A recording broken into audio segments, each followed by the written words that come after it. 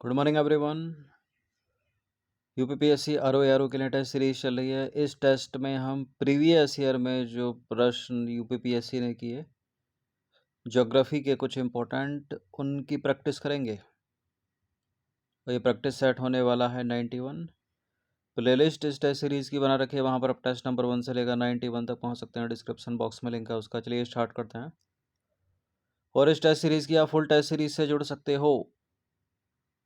पहला प्रश्न है, विश्व आर्द्रभूमि दिवस या वेटलैंड दिवस मनाया जाता है कब? फरवरी, अप्रैल, मई, जून। ये मनाया जाता है फरवरी में, 2 फरवरी को प्रत्येक वर्ष। ए है इसका आंसर।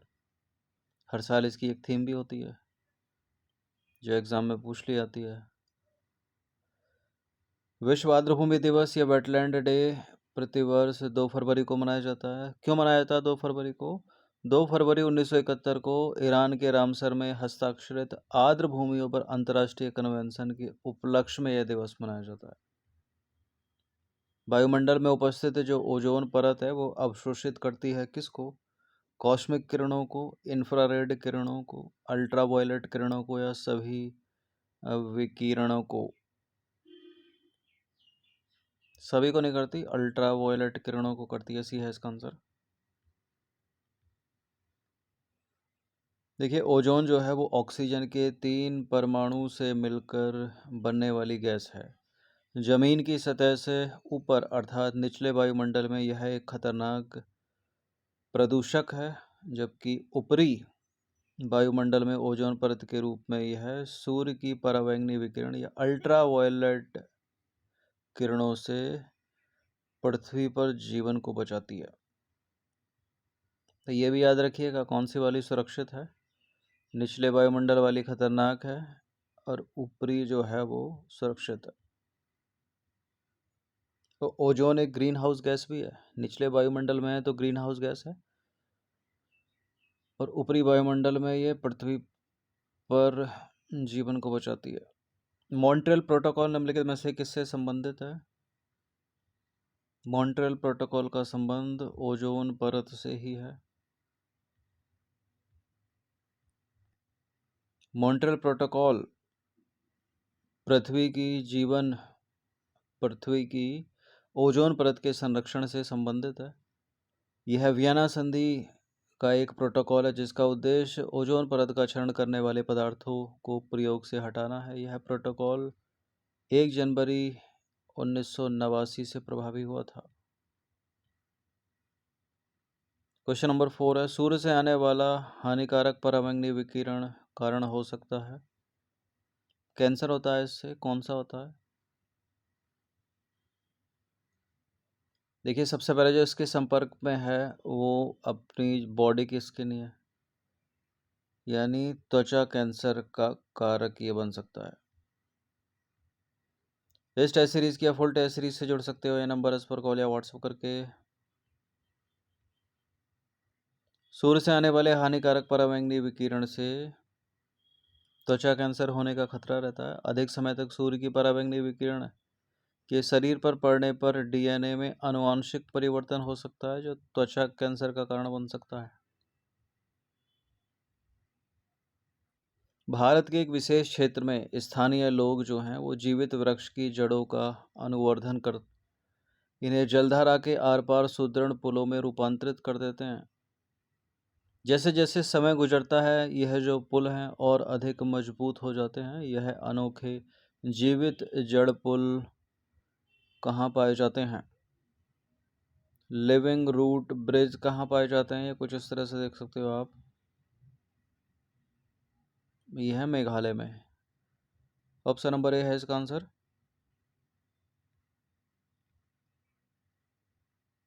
अगर किसी पेड़ को काटे बिना उससे पुल बना दिया जाए तो उस पुल को जीवित पुल या प्राकृतिक पुल कहते हैं। मेघालय जो राज्य है नॉर्थ ईस्ट का भारत का, उसमें मिलेंगे आपको ये जीवित पुल। पर्यावरण के परिरक्षण और संरक्षण हेतु जो पर्यावरण संरक्षण अधिनियम है, भारत सरकार ने कब पारित किया था वो? 1986 में, 1986 में। पर्यावरण के परिरक्षण एवं संरक्षण हेतु पर्यावरण संरक्षण अधिनियम भारत में वर्ष 1986 में पारित हुआ। नेशनल ग्रीन ट्रिब्यूनल एनजीटी राष्ट्रीय हरित न्यायाधिकरण भारत सरकार द्वारा कब स्थापित किया गया था? इन सभी प्रश्नों की बार बार पुनरावृत्ति होती रहती है परीक्षाओं में, याद रखना इनको। वर्ष 2010 में। नेशनल ग्रीन ट्रिब्यूनल अर्थात राष्ट्रीय हरित न्यायाधिकरण की स्थापना भारत सरकार द्वारा 18 अक्टूबर 2010 को नेशनल ग्रीन ट्रिब्यूनल एक्ट 2010 के अधीन की गई थी। इसके द्वारा पर्यावरण संरक्षण, अन्य प्राकृतिक संसाधनों से संबंधित मामलों का निपटारा किया जाता है।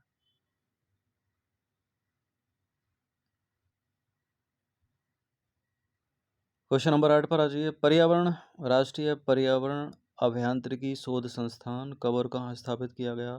धनबाद, नागपुर, नई Delhi, Chennai.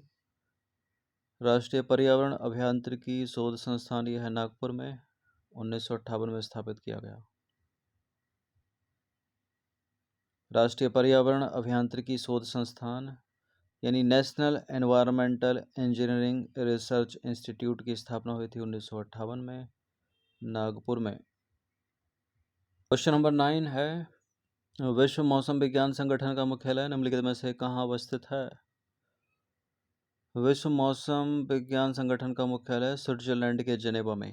Option number A है इसका आंसर। और खाद्य वाला वो इटली के रोम में। वर्ल्ड फूड ऑर्गेनाइजेशन वो इटली के रोम में है। विश्व मौसम विज्ञान संगठन संयुक्त राष्ट्र की एक विशेष एजेंसी है जो पृथ्वी के वायुमंडल की दशा और व्यवहार का अध्ययन करती है। इसका मुख्यालय जेनेवा स्विट्जरलैंड में स्थित है, या स्विट्जरलैंड के जेनेवा में स्थित है। पालघाट निम्नलिखित में से किनके मध्य स्थित है? पालघाट गैप जो है वो है नीलगिरी पहाड़ियों और अन्नामलाई पहाड़ियों के बीच में। तो इसका आंसर हो जाएगा ऑप्शन नंबर ए। नीलगिरी यहाँ पर है लेकिन कार्डमम नहीं है तो एलिमिनेट कर दीजिए। अन्नामलाई यहाँ पर है लेकिन कार्डमम नहीं है तो हटा दीजिए। ना कार्डमम है ना पालनी है। देखिए पालघाट जो गैप है वो तमिलनाडु में कोयम्बटूर और केरल के पलक्कड़ के बीच पश्चिमी घाट में स्थित एक पर्वत दर्रा है, यानी माउंटेन पास है। यह दर्रा उत्तर में नीलगिरी पहाड़ियों और दक्षिण में अन्नामलाई पहाड़ियों के बीच स्थित है। निम्नलिखित दर्रों में से किससे होकर लेह जाने का रास्ता है? Zoji La, option number A. Zoji La जो है वो श्रीनगर से लेह को जोड़ता है, तो ए इसका आंसर हो जाएगा। एक बनिहाल दर्रा है वो जम्मू कश्मीर को श्रीनगर से जोड़ता है। एक शिपकिला है दर्रा वो हिमाचल प्रदेश को तिब्बत से जोड़ता है। कौन कौन से दर्रे या ये पास इनको बोलते हैं इंग्लिश में, कहाँ पर है, किस स्टेट में है, वो भी एग्जाम्स में मैच वैच करने के लिए पूछ लेता है। दंडकारण्य क्षेत्र अवस्थित है कहाँ पर? दंडकारण्य क्षेत्र जो है वो उड़ीसा में है, छत्तीसगढ़ में है, झारखंड में नहीं है तो झारखंड को हटा दीजिए, मध्य प्रदेश में नहीं है, मध्य प्रदेश को हटा दीजिए। इसका आंसर हो जाएगा बी। दंडकारण्य क्षेत्र मुख्यतः उड़ीसा में, छत्तीसगढ़ में, तेलंगाना में, महाराष्ट्र में और आंध्र प्रदेश में फैला हुआ है। मेघालय का पठार भाग है हिमालय श्रेणी का, पूर्वी घाट पर्वतों का, प्रायद्वीपीय खंड का, सतपुड़ा श्रेणी का। क्योंकि मेघालय नॉर्थ ईस्ट का हिस्सा है तो सबको लगता है कि हिमालय आ रहा है ऊपर से, लेकिन ये जो भाग है वो है प्रायद्वीपीय खंड का। तो ऑप्शन नंबर बी है इसका आंसर। देखिए मेघालय का पठार प्रायद्वीपीय पठार का विस्तार है। यह भ्रंशन के कारण प्रायद्वीपीय भाग से मालदा गैप द्वारा पृथक हो गया है। क्वेश्चन नंबर 14 है, भारत के दक्कन के पठार पर बेसाल्ट निर्मित लावा शैलों का निर्माण हुआ है। ये हुआ है क्रिटेशियस युग में, ठीक है। ऑप्शन नंबर ए है इसका आंसर।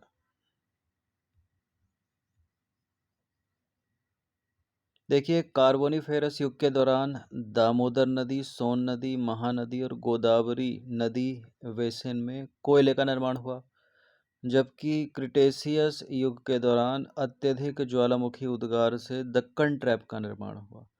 इसी काल में इसी किसी क्रिटेशियस युग में ही दक्कन के पठार पर बेसाल्ट निर्मित लावा सैलों का निर्माण हुआ। ठीक है। दक्कन ट्रैप का निर्माण क्रिटेशियस काल के अंतिम चरण में प्रारंभ हुआ। तो सही उत्तर क्या हो जाएगा? विकल्प ए, क्रिटेशियस युग। और ये प्रश्न पूछ ले, दामोदर, सोन, महानदी नदी और गोदावरी बेसिन में कोयले का निर्माण कब हुआ? तो उसका उत्तर है कार्बोनिफेरस। दोनों को याद रखिएगा। सर्वाधिक तटीय अपरदन होता है किससे? सुनामी लहरों से, ज्वार भाटा से, लहरों से या धाराओं से? देखिए, सुनामी लहरें तो कभी कभी आती हैं, ठीक है। जो लहरें हैं वो कंटिन्यूअस रहती है। तो सर्वाधिक जो तटीय अपरदन होता है वो लहरों के द्वारा ही होता है। ए है इसका आंसर। तटीय अपरदन में समुद्री लहरों, ज्वार भाटा, धाराओं, सुनामी लहरों तथा मानवीय क्रियाकलापों आदि की प्रमुख भूमिका होती है। इनमें से सर्वाधिक जो तटीय अपरदन होता है वो लहरों के द्वारा होता है। भारतवर्ष के पश्चिमी तटीय निम्नलिखित शहरों पर विचार कीजिए। जंजीरा है, कन्नूर है, नागरकोइल है और सिंधुदुर्ग है। अब आपको उत्तर से दक्षिण इन नगरों का सही क्रम लगाना है, ठीक है, नॉर्थ टू साउथ। अगर ये पता हो किस स्टेट में है ये तो करेक्ट हो जाएगा। जंजीरा जो है वो महाराष्ट्र में है, और तो सबसे ऊपर तो यही आ जाएगा।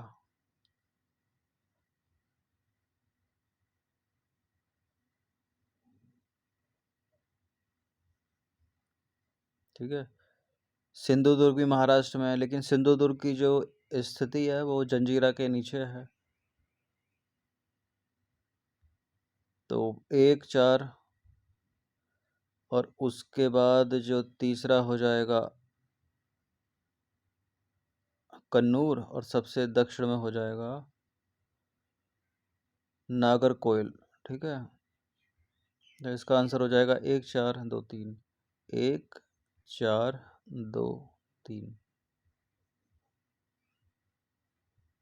क्योंकि जंजीरा जो है वो महाराष्ट्र के रायगढ़ जिले में, और सिंधुदुर्ग जो है वो भी महाराष्ट्र में ही है, महाराष्ट्र के सिंधुदुर्ग जिले में। और कन्नूर केरल के कन्नूर जिले में, और नागरकोइल तमिलनाडु राज्य के एक कन्याकुमारी जिले में है। तो उत्तर से दक्षिण की ओर इनका क्रम, सबसे ऊपर जंजीरा, उसके नीचे सिंधुदुर्ग, फिर कन्नूर और उसके बाद नागरकोइल।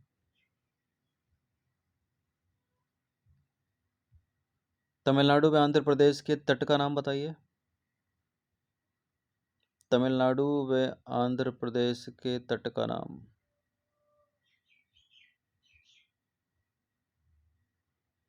देखिए, भारत का जो पश्चिमी तटीय भाग है वो 2 पार्ट में डिवाइड है।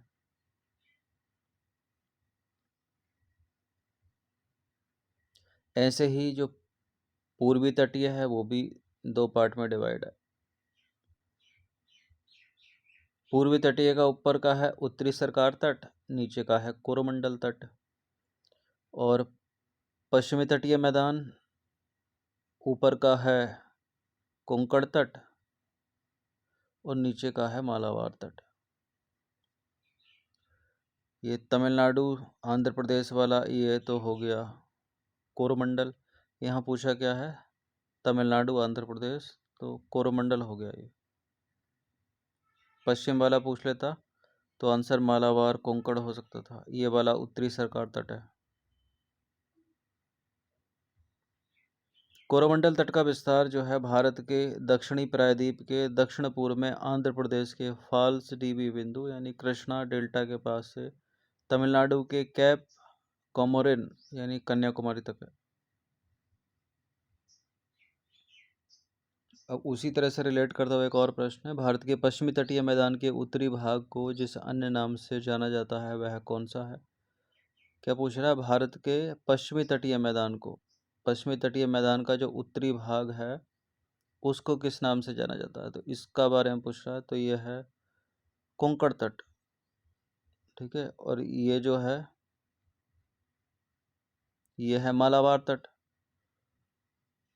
कोरोमंडल है ये वाला, तमिलनाडु से आंध्र प्रदेश वाला ऊपर का उत्तरी सरकार तट। इसका आंसर हो जाएगा ऑप्शन नंबर सी।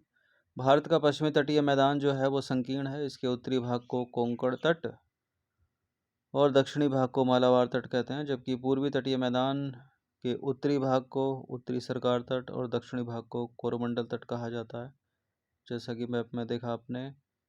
19वां प्रश्न है, निम्नलिखित में से कौन सा भाग भौगोलिक रूप से ग्रेट निकोबार के सबसे निकट है? ग्रेट निकोबार के सबसे निकट जो है इसमें वो सुमात्रा आइलैंड होगा। मैप में देखेंगे तो ए है इसका आंसर। ग्रेट निकोबार जो है वो भारत का दक्षिणतम बिंदु है। यह पोर्ट ब्लेयर से लगभग 480 किलोमीटर दूर स्थित है। यह इंडोनेशिया के सुमात्रा से सबसे कम दूरी यानी 145 किलोमीटर पर स्थित है। क्वेश्चन नंबर 20, कोरी क्रीक स्थित है। देखिए, कोरी क्रीक और सर क्रीक ये दोनों ही भारत और पाकिस्तान के बीच विवादास्पद क्षेत्र हैं। ठीक है, यह विवादित क्षेत्र हैं।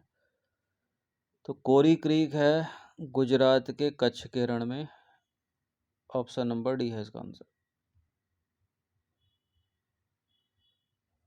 कोरी क्रीक एक ज्वारीय क्रीक है जो कच्छ के रण में स्थित है। यह एक दलदली भूमि है जो भारत और पाकिस्तान के बीच सीमा रेखा का निर्धारण करती है। तो 20 प्रश्न थे ये, इनकी प्रैक्टिस कर लीजिएगा। ठीक है, ज्योग्राफी के और प्रीवियस ईयर के प्रश्न थे। धन्यवाद।